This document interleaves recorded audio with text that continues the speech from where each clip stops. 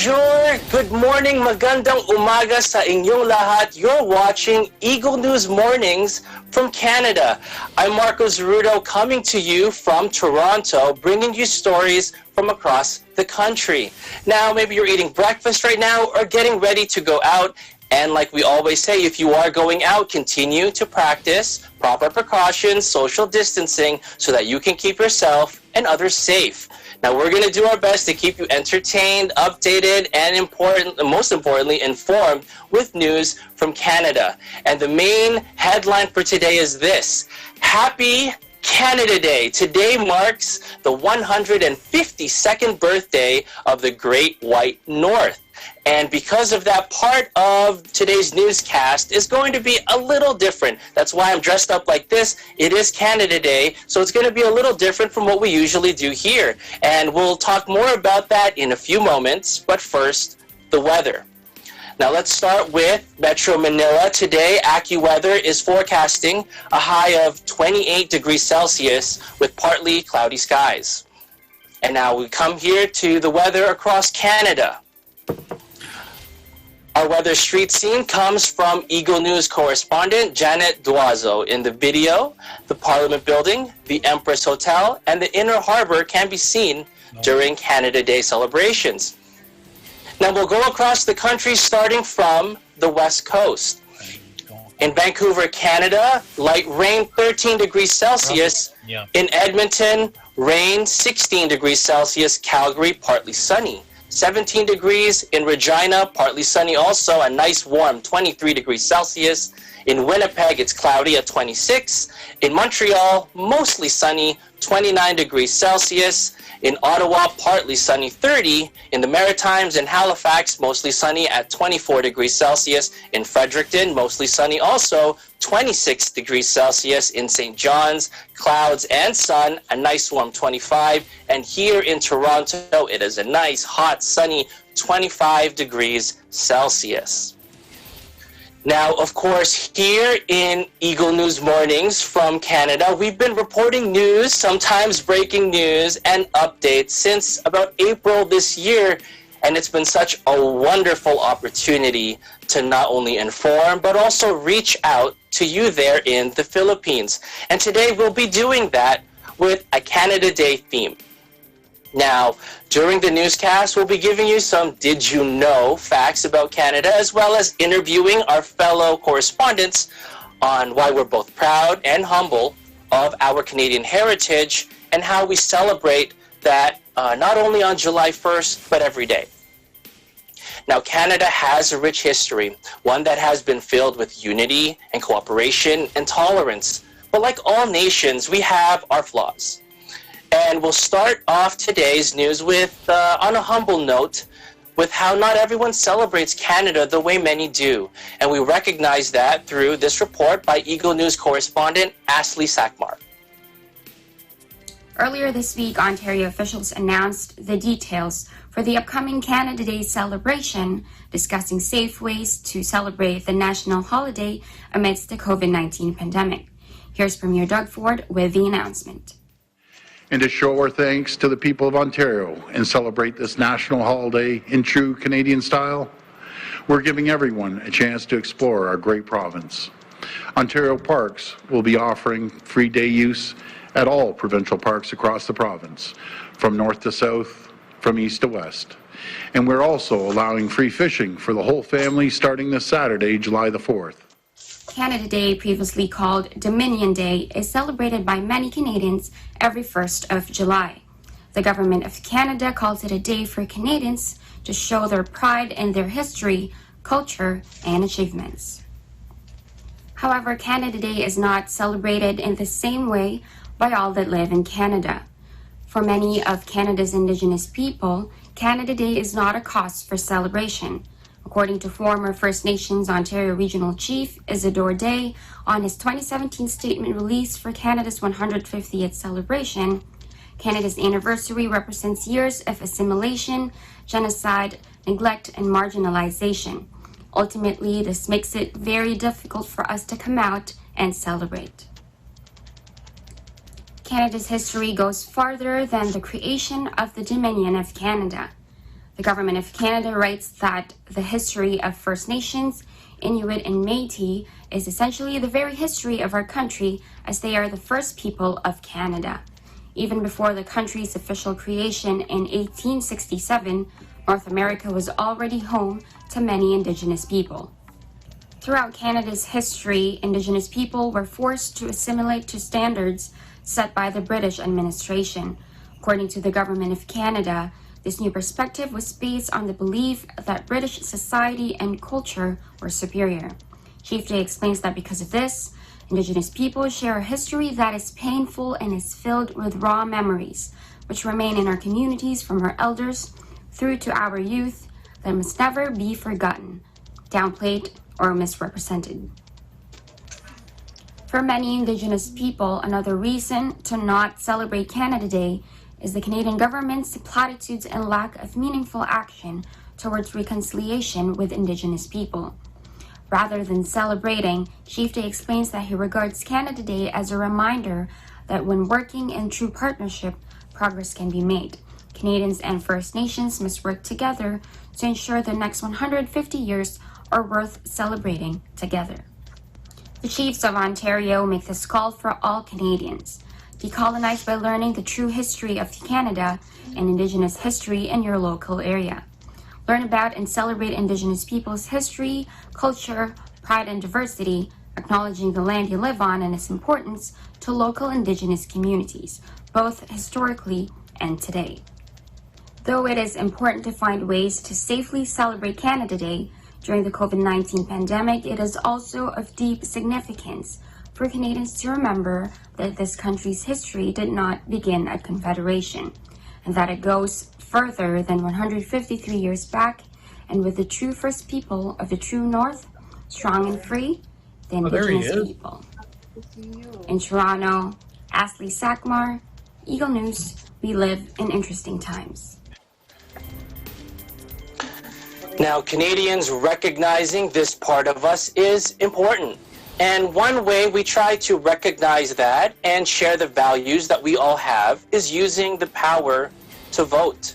Now, Canadians have voted in leaders that recognize not only the growth of Canada, but the path that this nation has taken. One example is current leader, Prime Minister Justin Trudeau. Now, during his time as PM, he has not only acknowledged the reality that Canadians face at this time, and the reality that even after years and years later, the challenges that other Canadians continue to face, he also tries to show that we are ready, able, willing, and in some cases already doing things to address these challenges. And he speaks to all Canadians today with this special greeting. Hello everyone, and happy Canada Day. Today we celebrate the amazing place we call home and the people we share it with. Whether you're firing up the barbecue or heading outside with the kids, this is a chance to reflect on where we are as a country and where we're headed from here. The last few months have been hard, there's no question about that. But throughout this pandemic, we've been there for one another, because that's what it means to be Canadian. We're neighbors helping neighbors, small businesses being there for their communities and their staff, men and women in uniform protecting the most vulnerable, doctors and nurses keeping our families healthy. My friends, Canada's success is because of its people, people like you, people who strive to live up to our shared values of peace, equality, and compassion, people who believe in the strength of our diversity, and people who know that it's only together that we can build a better country.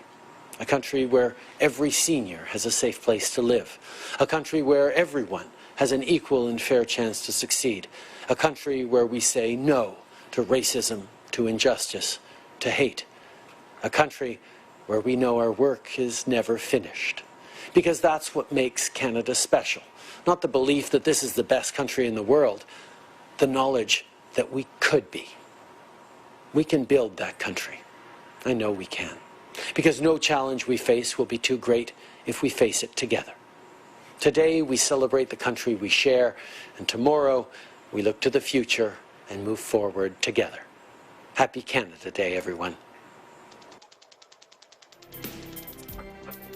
And now we move on to the Did You Know portion. You know that sport that millions of people across the globe, millions of Filipinos play, pretending to be Benji Paras or Jordan Clarkson, the first Filipino to play in the NBA, or trying to be the next Kai Soto or Kobe Bryant.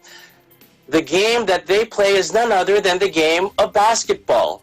And did you know a Canadian invented it? Yes, James Naismith, the father of basketball, was Canadian. So how did this game initially look like? Was there even a basket or a ball? Well, it all started like this. Frank, no,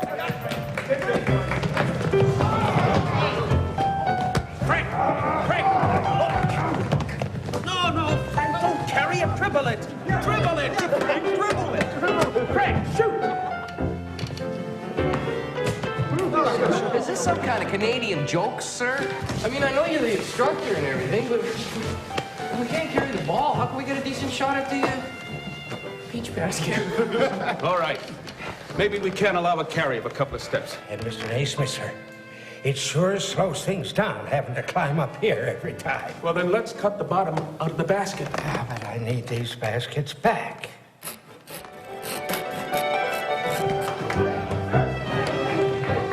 100 years after James Naismith from Almont, Ontario invented it, basketball was being played by hundreds of millions of people around the world.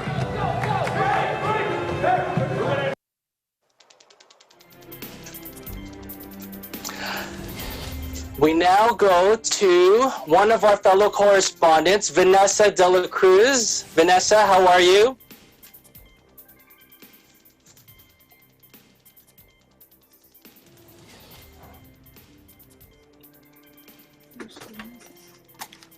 She's there, but she doesn't hear them. We seem to be having some difficulties reaching Vanessa right now. So we'll go to our next correspondent in Calgary. Let's see if Calgary is there. JC, are you there? Yes, Marco, hello, good morning. Good morning, JC. Happy Canada Day. And yes, happy Canada Day to all of our viewers there. Yeah, the celebration there looks wonderful. What are you guys doing there to celebrate?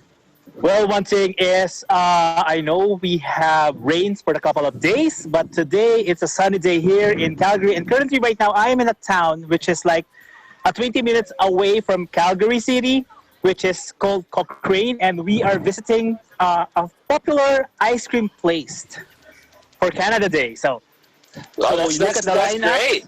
Yes, you can see the lineup right now. They are following social distancing, but of course they are enjoying a very nice ice cream on this kind of weather. So, all right. So, JC, hopefully, you're in line. What kind of flavor are you getting there? Are you the chocolate type of guy? Vanilla, ube, mango? Honestly, they just throw out some samples, and I were able to taste the green tea and the grape one. And my friends and kids really like the green tea, so I probably tried to grab that one. Okay. All right. Well, then enjoy yourself while you're there, JC. So last question, what is it about Canada that is special for you? Well, Canada, I moved here for almost 5 years. This is my second home. I love the people here. They are so friendly, loving, and this is where my 2 kids were born. So this is home for me. Well, JC, you and your family take care. Happy Canada Day. We'll see you next time on Eagle News. Take care. And yes, happy Canada Day to everyone watching Eagle News. And this is JC Umo from Calgary. We live in interesting times. Goodbye. Take care, JC. Now, the maple leaf on Canada's flag isn't just a symbol of hope and peace. It has many other meanings behind it, and it has helped shape the identity of Canada today. So before we go to commercial, we wanted to show you how the flag was created. It was a very bitter debate to remember it in the 60s. Anything at all. He's that strong. Joe Schuster, will you stop or you'll miss your train? Now help me find number 5. Strong, but by day he's a mild-mannered reporter. One clip. Wrong clip. We'll be showing that video after this commercial. We will talk more about Canada. You are watching Eagle News Mornings from Canada.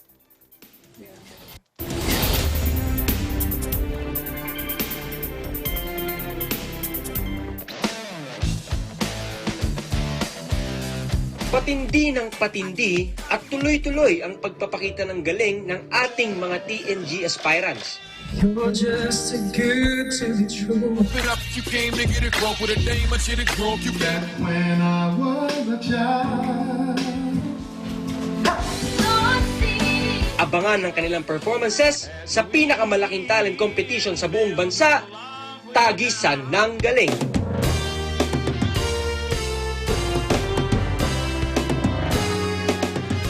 Tagisan ng Galing is presented by SMC Infrastructure, building a better world. Sandig sugar-free white coffee, puno ng white coffee taste without the sugar, kaya lower calories. Try mo na Sandig sugar-free white coffee. Sarap ng white coffee, now sugar-free. Vet-approved Nutrichunks, the only premium dog food with active boost for optimum energy and prebiotics that help strengthen immunity. Just like Catherine Bernardo, gawing listo ganado ang fur babies niyo. Listo ganado sa Nutrichunks. Magnolia Chicken Templados, delicious, ready to cook and freshly marinated daily. PUREFOODS Luncheon Meat, pure sarap for every family. Star Chunky Cheese Corned Beef, ang cheesy ng corned beef mo. Walang duda, kids can tell na #1 ang PUREFOODS Tender Juicy. Ang tender, ang juicy, ang sarap. Co-presented by Cooper, expert in air conditioning and electromechanical. Also engaged in structural, electrical, fire protection, plumbing, and sanitary services. Cooper, your ultimate MEPS and air conditioning solutions. Ulan Incorporated International, fight against global poverty. New San Jose Builders Incorporated. Canrib Corporation, your ventilation and air conditioning specialist. Vita Herbs Philippines Green Coffee, masarap, mabango, at healthy pa. Puerto Rico Resort and Convention Center, Cabiao, Nueva Ecija. I love Puerto Rico. In participation with Rain or Shine Elastomeric Waterproofing Paint, Matinco, R Square Variables Incorporated, Compizel Enterprises, Saisho International Trading Corporation, DN Steel, IMAC UPB Roof Corporation. Hey, Gretchen Ho here, and I'm a white coffee lover. Creamy kasi, and very yummy. Pero mas masarap kung hindi nakaka-guilty. Check my new discovery, San-Mig Sugar-Free White Coffee. Puno ng white coffee taste without the sugar, kaya lower calories. Try mo na! San-Mig Sugar-Free White Coffee. Sarap ng white coffee, now sugar-free.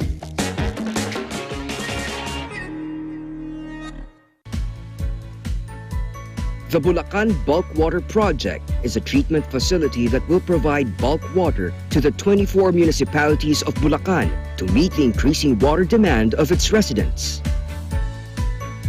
Through concessionaire, SMC Infrastructure also initiated the significant improvements of the Manila North Harbor Port, the country's busiest port. Listo at ganado ang baby ko sa vet-approved Nutrichunks with active boost and prebiotics na pampalisto. Made with real meat, with essential nutrients to help them grow healthy and happy. Listo, ganado sa Nutrichunks. Ikaw lang ang star ng buhay ko. Para sa akin, perfect ka. Ibang klase ang sarap ng corned beef mo. Ang cheesy ng corned beef mo.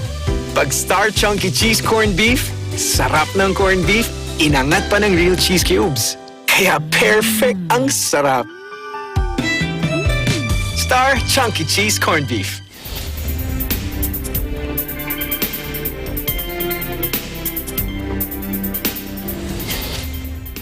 Welcome back. This is Eagle News Mornings from Canada. Happy Canada Day again to everyone.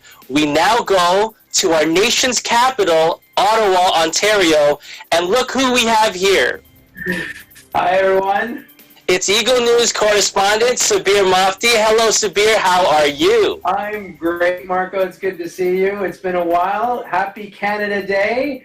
Happy Canada Day to everyone, and good morning. Yep.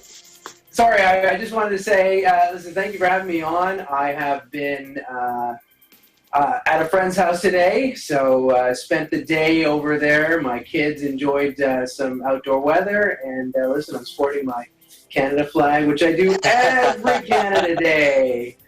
Love the flag. Well, it's great that we're all showing our Canadian pride. So I guess the question I have for you now tonight, I know there's not going to be necessarily fireworks everywhere, and I think Parliament's not going to have anything there, but how are you and the family celebrating today?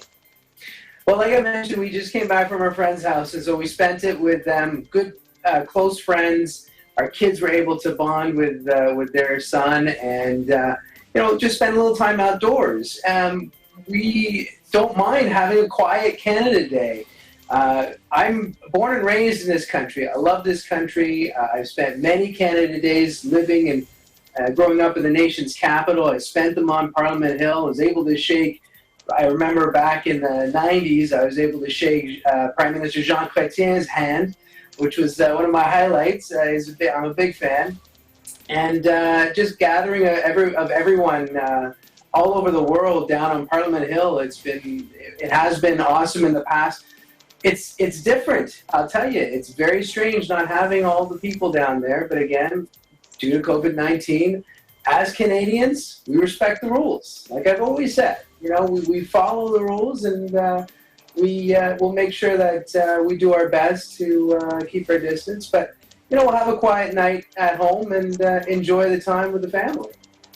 Well, I mean, it's great that you're able to spend time with the family, and like you said, in Ottawa, it's different. I mean, I remember the last time I went there, I think it was last year, and they would have like the lights on, the light show right on Parliament, the Parliament building, right? And there'd be people everywhere, and then now you look now with everything that's happened, like you said, the celebrations are different, but regardless of how we celebrate, as Canadians, we have our Canadian pride, and we want to show it whenever we can, right? So I guess the question I have for you, Sabir, before we go is, what is it about Canada that's special for you?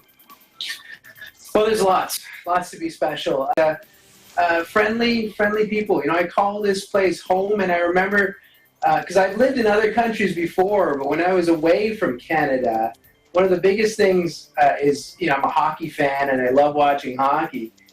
But when the Canadian anthem would play in a hockey game when I was outside of the country, it's brought tears to my eyes. So I love this country. It's probably the greatest place to live. And I'm Sabir Mufti, Eagle News, here in Ottawa, Canada. We live in interesting times. Well, again, thank you, Sabir, for joining us. Happy Canada Day to you and your family. We look forward to seeing you in our next coverages. Take care. Right on. Happy Canada Day. Take care, Marco. Now, in the early 20th century, a man created something that changed the world forever, and that invention has helped shape the way on how the world communicates. Now, more than 100 years ago, Guglielmo Marconi, a Canadian, invented the first wireless telegraph, which we now call the radio.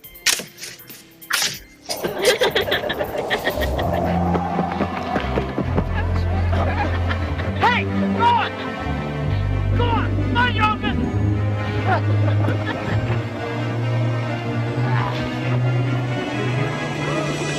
The antenna is holding, sir.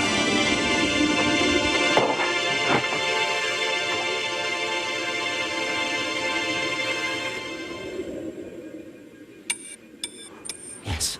Bravo. Oh, look there. Yes, indeed. This is going to make your world a lot different than the one I grew up in. You know where England is? Sure, it's over there. And over there is where that sound is coming from. Right, Mr. Marconi?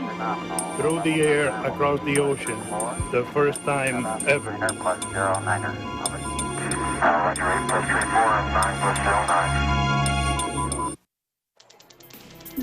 So now this telegraph, this radio has definitely helped shape the way we communicate, from the telegraph to the phone to the TV to the internet, our phones. All of this has helped us to communicate with each other, even now as we're talking, in large part due to inventions like that over 100 years ago. And now we're using this technology to reach out to our fellow correspondent in Edmonton, Alberta. It's Eagle News anchor and fellow Canadian, Thomas Likeness. Tom, how are you? Very well this morning. Good morning, Marco. Good morning, everyone, and happy Canada Day. You know, a great day to celebrate. Even in Edmonton here, it's been raining all day, heavy rain at times. All of our outdoor events, unfortunately, just washed away by the rain. And too bad, too, because yesterday the province increased the number of people allowed at outdoor events from 100 to 200, but still plenty to do online, a lot of online concerts, things like that. We might take a drive around the city a little bit later tonight after the sun sets. A number of buildings will be lit up with light displays. There will be fireworks. The military is actually putting them on. We've got this big garrison, this big base just outside of Edmonton. About 10:30 tonight, they'll have a fireworks display. People just being asked to observe the distancing, find a safe place to park, and they can watch that. And of course, for those who can't make it out to that, there's the virtual fireworks display by the Government of Canada. You know, there's even a Canada Day road race going on here. There's one company, it's called the Running Room, encouraging people to run, walk, or cycle around Edmonton. Take photos, upload them, entry fee. All of the entry fee is going to go to the Canadian Cancer Society. But you see, we can even have a road race in these times. So still lots of things to do, and people can stay dry at the same time. And you, Marco, what have you been doing today? I know you've been doing a lot of research today, but have you had to take in anything else?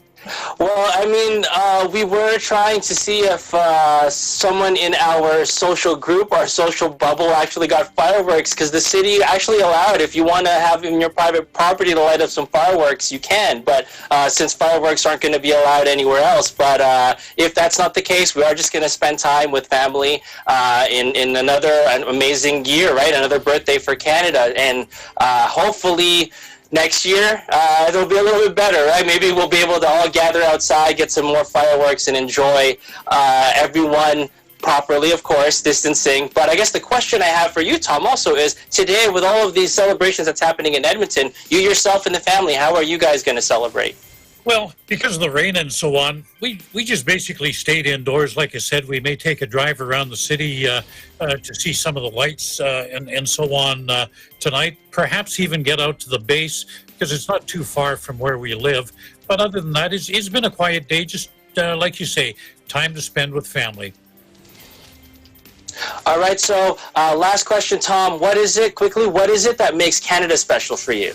Well, Canada's special for me. Well, there's a lot of things. I've got to say our healthcare system, definitely, we're one of the few countries in the world where you can actually afford to get sick, because illness just happens. Our landscape, those kind of things. I got a couple of questions for you, though, Marco. Number one, if you did a survey of people and said, are you proud to be a Canadian? Are you proud to be an American? What kind of response would you get? Like, how many percent would say, I'm proud to be an American, I'm proud to be a Canadian, that sort of thing? Well, for me, I'm 100% Canadian. I love Canada, and for me, that would be my answer. I am 100% Canadian. Canada all the way. You're in the majority. That's all right. 90% of the people asked in Canada said, yes, I'm proud to be a Canadian. But now you go south of the 49th, into the United States, and there the response, people aren't proud like they used to be. 74%, less than 3/4, 74%.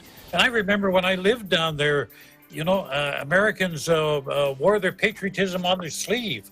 Not so much anymore. Well, I mean, hopefully, Tom, we will be able to, you know, again, the world is changing, and hopefully we'll be able to talk about this more the next time you're anchoring. I'll do my best to come on, and we'll talk more about Canada and our pride for each other. But thank you, pride for our country. Thank you very much, Tom, for joining us. We hope to see you again soon. Now, for more great EBC programming, check out The Vocal Chamber. This is an E25 Records original series. Independent artists and hosts discuss the world of hip-hop, R&B, and pop. And it features independent music artists from all over the world to share wholesome music in the purest form. The Vocal Chamber, check it out on Facebook and on YouTube. That's our program for today. On behalf of the team, we will continue to keep you updated, entertained, and most importantly, informed so that you can continue to keep yourself safe, your family, and your friends. Thank you for watching. Salamat sa panonood. Happy Canada Day, everybody. In Toronto, Marco Zerudo, Eagle News. We live in interesting times. Bonjour, good morning, magandang umaga. Stay tuned for Agila Balita, hosted by Maricar Velasco. Thank you, Marco. Happy Canada Day. Take care. Ang mga pangunahing balita sa loob at labas ng bansa. Tinagid at kinalap ng Agila News Team. Agila Balita.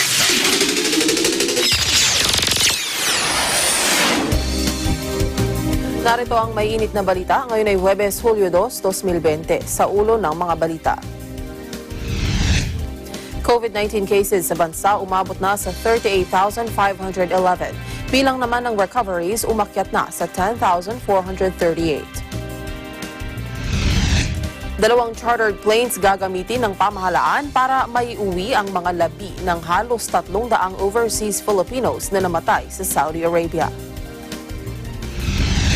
Department of Labor and Employment kinontra ang pahayag ng ABS-CBN na compliant sila sa labor laws and standards.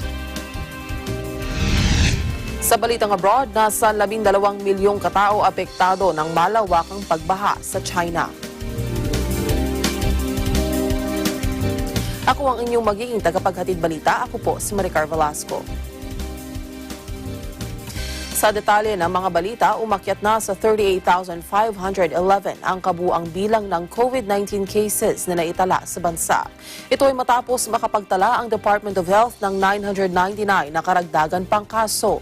Sa mga bagong bilang na ito ay 595 ang fresh cases habang 404 naman ang late cases. Sa mga fresh cases, 175 ang mula sa National Capital Region, 134 sa Region 7 habang ang 286 naman ay mula sa iba pang lugar sa bansa.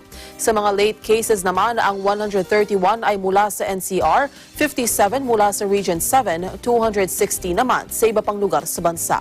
May naitala namang 205 na naka-recover mula sa sakit. Dahil dito, umakyat na sa 10,438 ang bilang ng mga pasyenteng gumaling mula sa virus.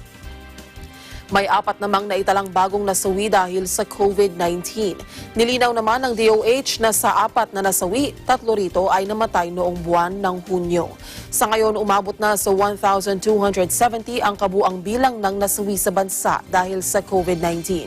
May 2 namang inalis ang DOH sa kabuang bilang ng COVID-19 cases sa bansa matapos matukoy sa kanilang validation na nadoble ito. Korte Suprema ipinagbawal ang pag-lockdown sa mga hukuman na ibinatay lamang sa rapid antibody test. Si Moira Encina sa report. Hindi na pwedeng basta na lamang isailalim sa lockdown ang mga korte batay lamang sa resulta ng rapid antibody test sa mga kawani at hukom.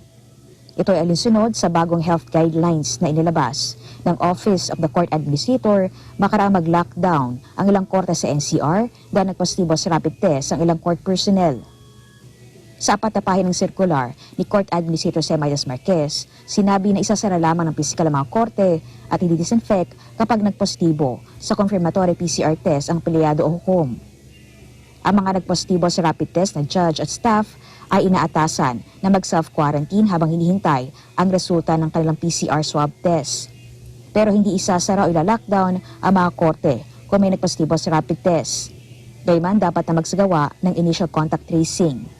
Ang mga may sintomas din ng mga kawani sa mga korte may nagpositibo sa antibody test ay dapat na mag-quarantine ng 14 days hanggang sila ay maging asymptomatic. Kung ang LGU naman ang mag-utos ng pagkasara ng city o municipal hall kung saan matatagpuan mga korte, ay dapat na pag-aralan at konsulta ng executive judge sa LGU at local health officials kung posible mag-operate ng hukuman sa kabila ng lockdown. Dapat din ipapaalam sa OCA ang lahat ng aksyon ng hukuman gaya ng lockdown at work from home arrangement. Pinatitiyak din ng OCA na mapagsasagawa ng video conferencing hearings at mag-work from home ang mga court employees kapag isinara ng LGUs ang Hall of Justice ng weekdays dahil sa disinfection sa lugar. Ilan sa mga nagpatupad ng lockdown ay mga korte sa Maynila, Makati, Parañaque at Valenzuela. Para sa Eagle News, Moira Encina, 11 Interesting Times. 2 chartered planes ang susundo para sa mga nasawing kababayan sa Saudi Arabia. Sinabi ni Labor Secretary Sylvester Bello III, magkahiwalay na isasakay ang mga namatay dahil sa COVID-19 at iba pang dahilan ng pagkamatay ng mga OFW. Si Madeline Villar Moratillo sa detalye. Only 200. Hindi maiuwi sa bansa ang lahat ng labi ng mahigit 300 overseas Filipino workers na nasawi sa Saudi Arabia. Paliwanag ni Labor Secretary Sylvester Bello III, ang labi ng 23 OFW na nasawi dahil sa COVID-19 ay inilibing na ng gobyerno ng Saudi. Pero aminado si Bello na 20 lang sa mga ito ang mayroong pahintulot mula sa pamilya. Unang nailibing na 23. Yung 20 na doon, may permission, merong paintulot yung kanilang next of kin. Kaya lang kahapon, nabigyan kami ng notice na yung Saudi government without any notice, naglibing pa sila ng 3. So 23 lahat yung nalibing na. So we are...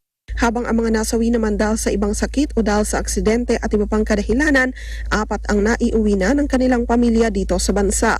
Dahil rito, 274 na labi na lamang ng mga OFW anya ang kanilang iuwi sa bansa.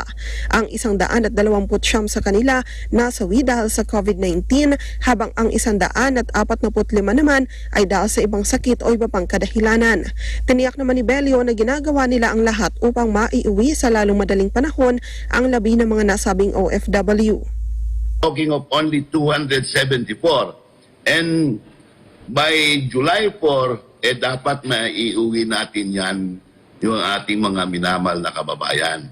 And we have to do that dahil kung hindi, ililibig na po ng Saudi government yung ating mga kababayan. So we are doing our best para ma-meet lahat yung mga requirements, including yung health protocols, yung mga exit visa, lahat ng pahintulot ng mga employers, pati yung mga pahintulot ng mga next of kin. We will have to get all of this and bring them. We will try to bring them by July 4. Pwede nating ilipat sila. Siniguro rin ni Bello na sa pag-uwi sa bansa ng labi, lalo na mga nasawi dahil sa COVID-19, ay susundin nila ang mga pinaiiral na health protocol. Una nang sinabi ng DOLE na 2 chartered planes ang kanilang inihahanda kung saan magkahiwalay ang magiging biyahe para sa mga namatay dahil sa COVID-19 at namatay dahil sa iba pang sakit. Pagdating naman sa bansa, agad na rin silang idediretso sa crematorium bilang pagsunod naman sa protocol ng Department of Health. Dating dito, agad-agad, from the airport, itutuloy yan sa crematorium. Makikremate agad because that is the recommendation of the Department of Health na pagka namatay ka through an infectious disease, kailangan makremate ka within 24 hours. Ang mga namatay naman dahil sa ibang kadahilanan o sakit, papayagang masundo sa airport ng kanilang mga kaanak. Para sa Eagle News, Madeline Villar Moratillo, we live in interesting times. Sinusubukang lutasin ng pamahalaan ng pansamantalang matutuluyan ng mga guro na nakatalaga sa mga liblib na lugar o remote areas. Kabilang sa tinalakay sa pagdinig ng Senado ang panukalang pagtatayo ng free on-site living quarters o kaya naman ay housing subsidy para sa mga public school teachers. Si Mayan Corvera sa detalye. Tinalakay na ng Senado ang mga panukalang batas ukol sa pagtatayo ng free on-site living quarters para sa mga guro ng public schools na naa-assign sa mga remote areas o mga liblib na lugar. Ayon kay Undersecretary Tonicito Umali ng Department of Education, suportado nila ang panukalang pagbibigay ng living quarters sa mga guro. Ito'y para solusyonan ang matagal ng problema na kailangan maglakad ng milya-milya ang mga guro para lang makapasok sa mga eskwelahan. Yung ganito pong benepisyo sa ating mga guro, malaking bagay po yan. Dahil po, mayroon nga po tayo tulad ng nabanggit po ninyo, na mga paaralan sa mga napakalayong lugar at yung mga nakikita nyo pong sa mga programa sa telebisyon na naglalakad po ng pagkalayo-layo ang aming mga guro dahil wala nga po naman silang matirahan malapit po doon at sila po'y nakatira halimbawa sa poblasyon. Hindi po natin dinidisrespecto yung lugar na nagdoon yung paaralan na napakalayo, island barangay. Talagang pong napakahirap nun. Ayon naman kay Senator Francis Tolentino, ang chairman ng komite, mainam na may pabahay na malapit sa eskwelahan para hindi kailangan matulog sa classroom ang mga guro, lalo na kung nakatira sa ibang barangay na hindi nasakop ng kanilang eskwelahan. We have Senate Bill 934 providing for free on-site living quarters for public school teachers, which aims to provide on-site housing and on-board lodging for public school teachers who are teaching away from their homes and families, among others. It seeks to ensure that the remotest areas all over the country would not lack competent and dedicated public school teachers. We are doing... Iminungkahi naman ni Secretary Eduardo Del Rosario ng Department of Human Settlements and Urban Development na kailangan kasama sa budget ng DepEd ang ukol sa construction ng temporary housing facilities o on-site living quarters para sa mga guro. Ito'y para maging permanente na ang living quarters at hindi na mangangailangan ng resources mula sa ibang ahensya ng pamahalaan. Mareresolba rin daw nito ang problema sa transportasyon at seguridad ng mga guro dahil mismong sa loob ng campus ipatatayo ang kanilang housing facilities. Kung sakali naman daw na dumating na sa punto na gusto nang magkaroon ng sariling bahay ng isang guro at sigurado na siya sa lokasyon kung saan siya pwedeng manirahan, maaari siyang mag-avail ng housing loan mula sa Pag-ibig. Ang National Housing Authority naman sinabing imbes na magpatayo ng living quarters, baka mas mainam na housing subsidy na lang ang ibigay sa mga guro para magamit sa pag-upa ng bahay malapit sa kanilang pinagtuturoang eskwelahan. Wala pa naman daw kasing naipatatayong temporary shelters para sa kanila at mas mainam umanong bigyan na lang sila ng allowance na pangrenta. I think this reflects the current salary of the public school teachers, that they can really afford to avail of housing loan, housing payout from a given fund, and they can pay regularly on a monthly basis. So it's now within their capacity, Mr. Chairman. Para sa Eagle News, may Ann Corvera, we live in interesting times. Tatlong opsyon ang inihahanda ng Senado at Kamara para sa pagdaraos ni Pangulong Duterte ng kanyang ikalimang State of the Nation Address nitong Hulyo. Ayon kay Senate President Vicente Soto, isa na rito ang pagdaraos ng tradisyonal na SONA sa Batasan Complex pero walang iimbitahang mga bisita.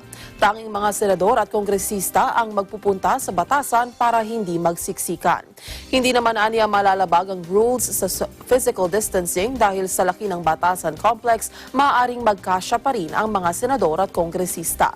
Isa rin sa kanilang opsyon ay magko-convene ang Senado at Kamara sa Batasan Complex at doon pakikinggan ang SONA ng Pangulo mula sa Malacanang.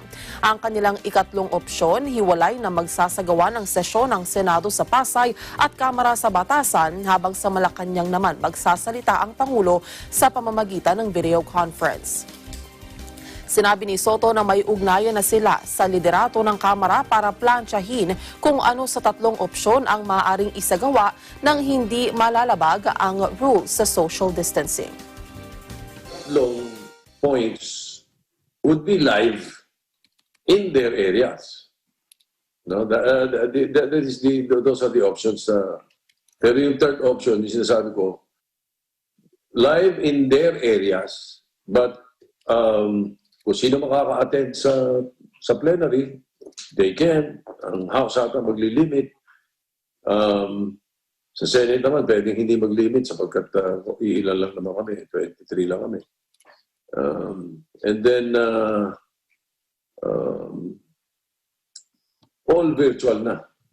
Palagi ko, pwede rin nasa bahay yung iba. It would be better if we would have at least 12 in the Senate, in the plenary hall. Sana. But otherwise, we can go by the rules.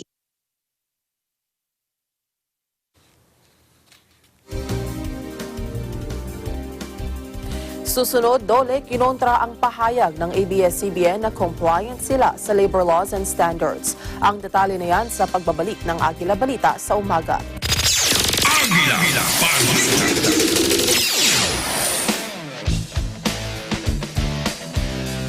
Patindi ng patindi at tuloy-tuloy ang pagpapakita ng galing ng ating mga TNG aspirants. You're just too good to be true. Open up, you came to get it wrong with a dame, I should have drunk you back when I was a child. Abangan ng kanilang performances sa pinakamalaking talent competition sa buong bansa, Tagisan ng Galing.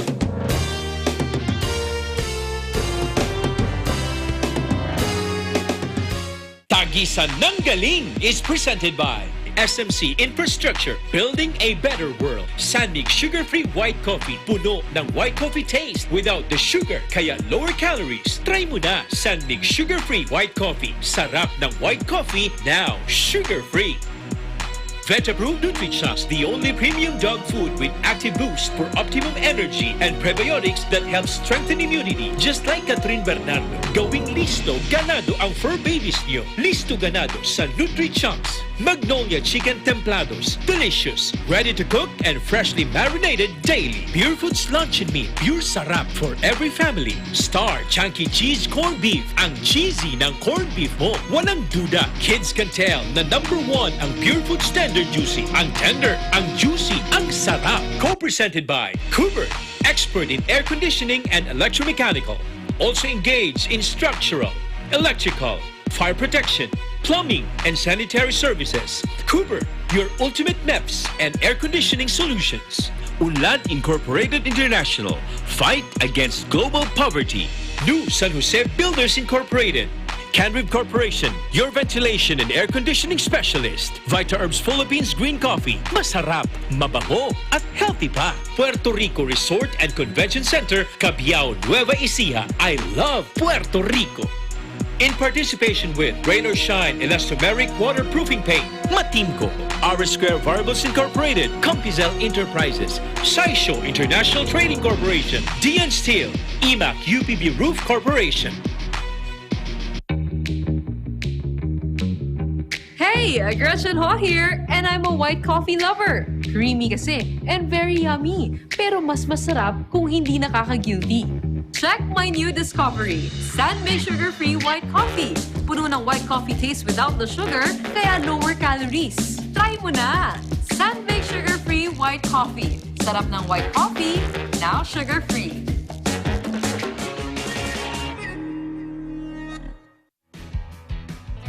The successful development of TPLEX, or Tarlac-Pangasinan-La Union Expressway in 2009, a 4-lane toll road that extends from Tarlac City to Rosario, La Union, with an additional approved extension of 56 kilometers all the way to San Juan, La Union. This is expected to reduce travel time to Baguio and other provinces in northern Luzon. Realizing the vision of creating a better world for Filipinos fueled the team's focus. Listo at ganado ang baby ko sa vet-approved NutriChocs with active boost and prebiotics na pampalisto. Made with real meat, with essential nutrients to help them grow healthy and happy. Listo, ganado sa NutriChocs. Ikaw lang ang star ng buhay ko. Para sa akin, perfect ka. Ang cheesy ng corned beef mo. Pag Star Chunky Cheese Corned Beef, sarap ng corned beef, inangat pa ng real cheese cubes. Star Chunky Cheese Corned Beef.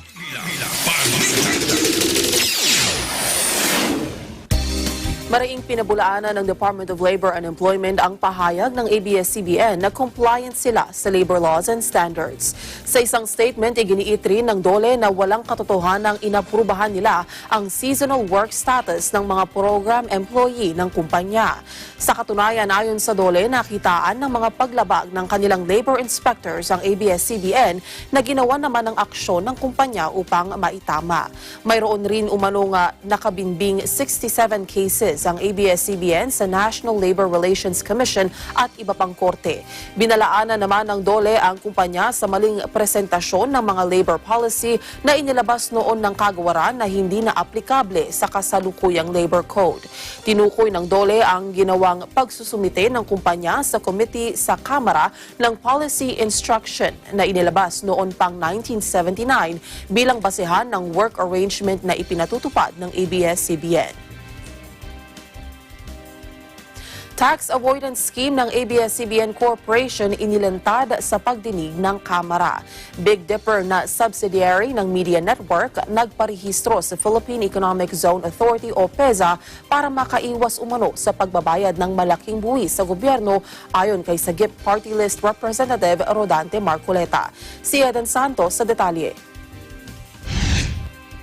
Sa ikasampung pagdinig ng House Committee on Legislative Franchises at Good Government and Public Accountability sa prangkisa ng ABS-CBN, kinwestiyon ni Cavite Representative LP Barzaga ang magkaiba at kulang-kulang na financial statement na isinumite ng media network. Hindi rin umano audited ang nasabing dokumento na inamin naman ng opisyal ng ABS-CBN. Anya kung pagbabatayan ng mahigit 6 billion pesos mula sa 132 million pesos na halaga ng Philippine Depositary Receipts o PDR at 18 million lang ang kanilang lumalabas na cash positioning na nagresulta sa maliit na bayarin sa buwis. Sa ating pagpupulong rito, napakaraming financial statements at dokumento na binigay ang ABS Corporation pati na ang kanyang subsidiaries and other companies. Kaya ang una kong tanong, yung bank financial statements na binigay dito sa committee, katulad ng ABS-CBN Holdings Corporation, is there anyone who can certify na yung mga dokumentong yun ay authentic, accurate, and true? Tama po na may pumasok na yung transfer po ng ABS-CBN shares. Pumasok po siya sa ABS-CBN Holdings. Transfer po siya ng Lopez Inc. Ang kabangga po niyang account sa financial statement is a liability. But when we issued the PDRs and it was also sold to the market, the proceeds were used to pay for that liability. So at the end of the year po, ng 2009, wash out na po or zero na po yung liability. Ang naiwan na lang po is the investment in ABS-CBN Corporation and the PDRs under liability account. Isa naman sa paraan ng umano'y tax avoidance scheme ng korporasyon ay ang paggamit sa Big Dipper Digital Content and Design Incorporated na rehistrado sa Philippine Economic Zone Authority o PEZA.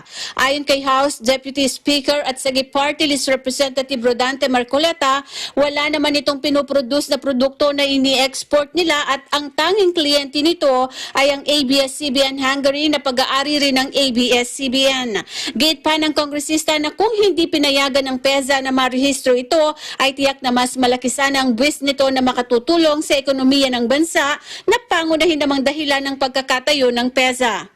Madam, ang pinag-uusapan po natin yung Big Dipper. Sabi po ninyo kanina, kaya natin sila binibigyan ng tax incentives, isa na po yung pagkaka-generate nila ng jobs. Sabi niyo po kanina, thousands of jobs po ang na-generate ng Big Dipper. Sir, ngayon po, 164 lang pala.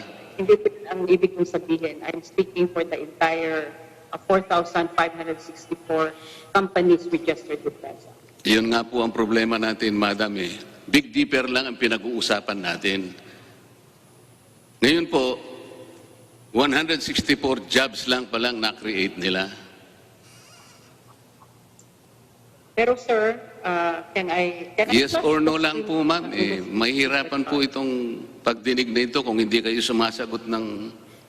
Kanina pa po sinasabi ko, kung ano po yung tanong, yun lang ang sagutin nyo. Una rito, nanindigan ng ABS-CBN Corporation na nagbabayad sila ng tamang buwis at sumusunod sa batas. Katunayan, ang binayarang 5.2 billion pesos noong 2018, kung saan ay 465 million pesos dito ay income tax. Para sa Eagle News, Eden Santos, we live in interesting times. Arestado ang isang lalaking pasyente sa East Avenue Medical Center matapos i-hostage ang doktor sa nasabing ospital. Agad namang napakalma at napasuko ang suspect matapos magkataon na may pulis din pala sa ospital ng mga oras na iyon. Si Orlo Bringas sa detalye. Kuha ang video na ito sa loob mismo ng East Avenue Medical Center kaninang madaling araw. Nagkaroon ng tensyon matapos i-hostage ng pasyente ang isang doktor sa mismong emergency room.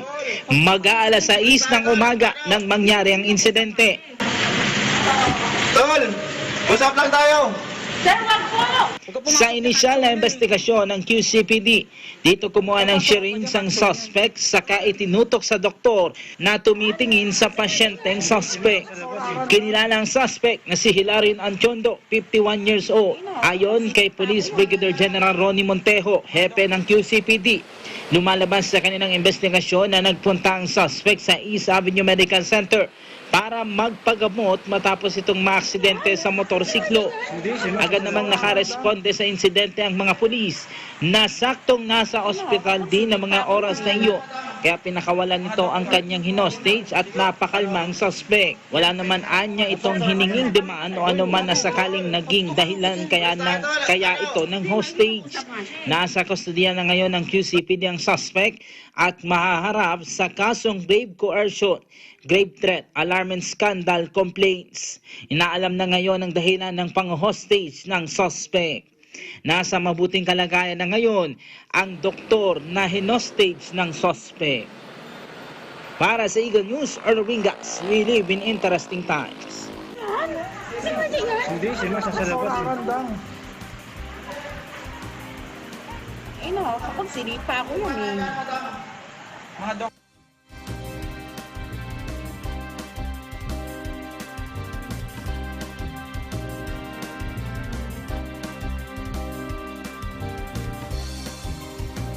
Sa ibang balita, sinalanta ng malakas na pag-ulan ang China. Ayon sa Chinese Emergency Management Ministry, nagdulot ng malawakang pagbaha ang malalakas na ulan na ikinasawi na ng 78 katao.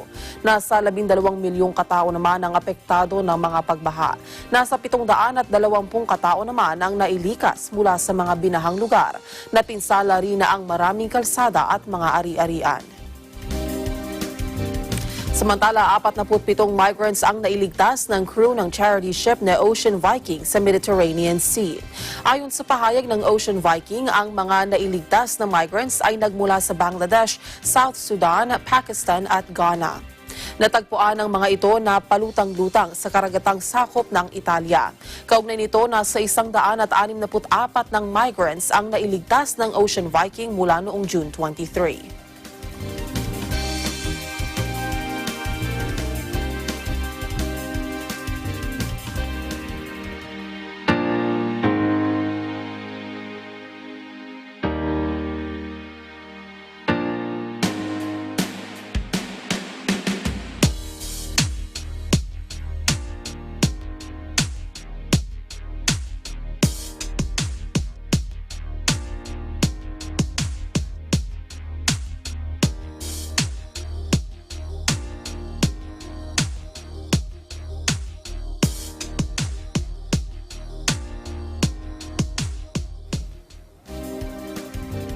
At yan ang naging kabuuan ng ating may init na balita. Sa pangalan ng ating mga kaagapay sa Eagle News Service, ako po si Maricar Velasco and we live in interesting times. Susunod na ang programang Saganang Mamamayan kasama sina Congressman Dante Marcoleta at Jensu Barjaga. Sumainyo ang mga balitang kinarap, maingat na isinulat at inihanay ng Eagle News Service.